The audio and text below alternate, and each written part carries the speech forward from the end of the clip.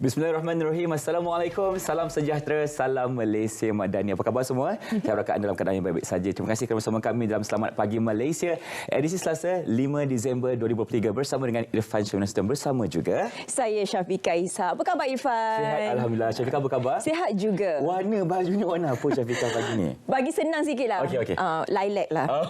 Sebab selalu kita bagi yang complicated sangat kat Irfan kan. Takut pening pula kepala lelaki-lelaki di luar sana. Betul. Awal lagi ni kan permulaan pagi kita. Awal lagi. Apa pun terima kasih kepada anda yang sudi bersama dengan kami setiap hari sehingga jam 10 pagi ini. Pastinya di saluran berita RTM MyTV 123 juga anda boleh saksikan kami di TV1 dan jangan lupa untuk muat turun aplikasi RTM Klik. Jadi hari ini ada pelbagai topik-topik menarik ingin kami kongsikan bersama dengan anda yang pastinya setahun bersama Kerajaan Madani masih lagi menjadi fokus kita pada pagi ini. Tapi terlebih dahulu kita nak kongsikan berita gembira.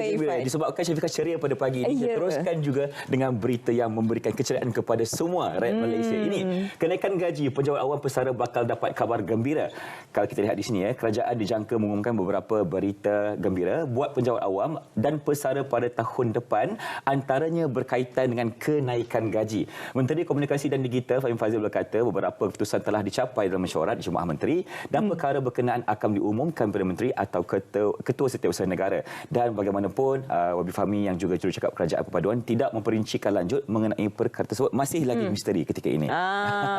Apa pun kita ataupun kerajaan sebenarnya telah pun meluluskan kertas putih dasar gaji progresif bagi pekerja di sektor swasta. Jadi ini apa yang berlaku semalam dan juga kenyataan melalui YB Fahmi Fadzil dan seterusnya ingin juga kami kongsikan bagaimana sebenarnya situasi dan keadaan semasa banjir di negeri-negeri terlibat terutamanya di Kelantan, di mana semalam satu lagi pusat pemindahan sementara dibuka di Kelantan menjadikan keseluruhan 13 PPS beroperasi di Pasir Mas setakat semalam dan ianya melibatkan keseluruhan 6,009 penduduk daripada 1,952 keluarga. Dan sementara itu, laman rasmi Public Info Banjir GPS melaporkan Sungai Golok di Ratau Panjang, Pasir Mas masih melepasi paras bahaya dengan bacaan 9.60 meter. Namun menunjukkan tren menurun berbanding pukul 7 petang semalam iaitu pada 9.68 meter. Jadi keadaan panas sepanjang hari juga membolehkan beberapa laluan persekutuan dan negeri yang ditutup kepada pengguna jalan raya sebelum ini kembali dibuka untuk mereka di sana. Ya, hari ini Irfan merupakan hari pertama untuk adik-adik ataupun rakan-rakan sebaya adik-adik SPM sebenarnya Sijil Pelajaran Malaysia. Hari ini ialah untuk amali sains, ujian amali sains. Jadi kita ucapkan kepada adik-adik yang bakal menduduki hari ini untuk sentiasa tenang. Dia kalau risau sangat Irfan takut apa yang belajar tu lupa. Betul. Jadi apa yang perlu kita lakukan sebelum kita masuk ke Dewan Persatuan tu, kita perlu kekal tenang dan kalau boleh kita perbanyakkan doa semasa kita masuk ke dalam dewan. Saya ingat lagi kalau waktu SPM dulu minta maaf dengan semua orang dulu. Betul. Minta maaf dengan cikgu, dengan ibu bapa, dengan kawan-kawan, ambil berkat kan. Itu tips lah tu, tips daripada kita.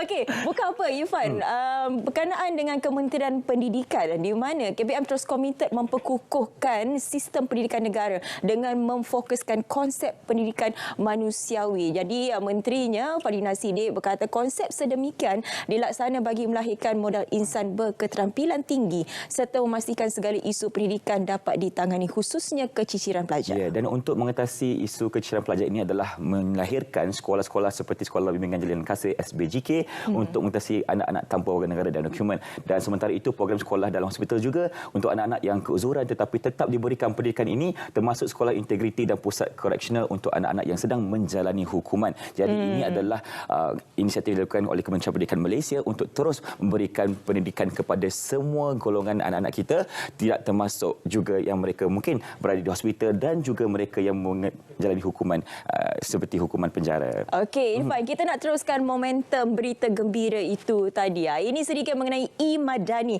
Perkongsian di mana siapa sebenarnya yang layak menerima kredit e-Madani ini. Jadi ini antara syarat-syaratnya. Yang pertama mestilah warga negara Malaysia. Yang kedua mesti mencapai umur 21 tahun ke atas dan merupakan penerima sumbangan tunai ramai STR berdasarkan rekod pada 7 November 2023 atau mempunyai pendapatan berjumlah 100,000 dan ke bawah setahun berdasarkan rekod Lembaga Hasil Dalam Negeri Malaysia LHDM pada 15 Julai 2023. Dan anda juga perlu memenuhi langkah verifikasi aplikasi identiti secara elektronik.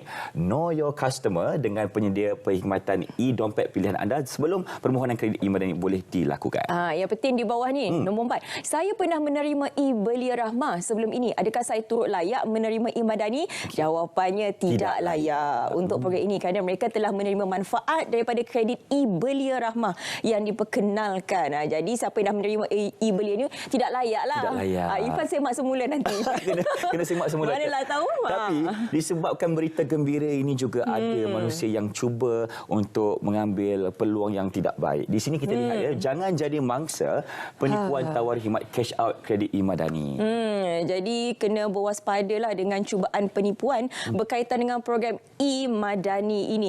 Kementerian Kewangan dalam kenyataan mengingatkan perkara itu bagi mengelakkan penerima manfaat e-Madani daripada menjadi mangsa penipuan scam sekaligus kredit e-Madani mereka. Dan pendaftaran program e-Madani dibuka mulai semalam hingga 20 Februari 2024 dan akan memanfaatkan seramai 10 juta rakyat dewasa yang layak meliputi golongan B40 dan juga M40. Ya, jadi kredit e-Madani ini bernilai RM100.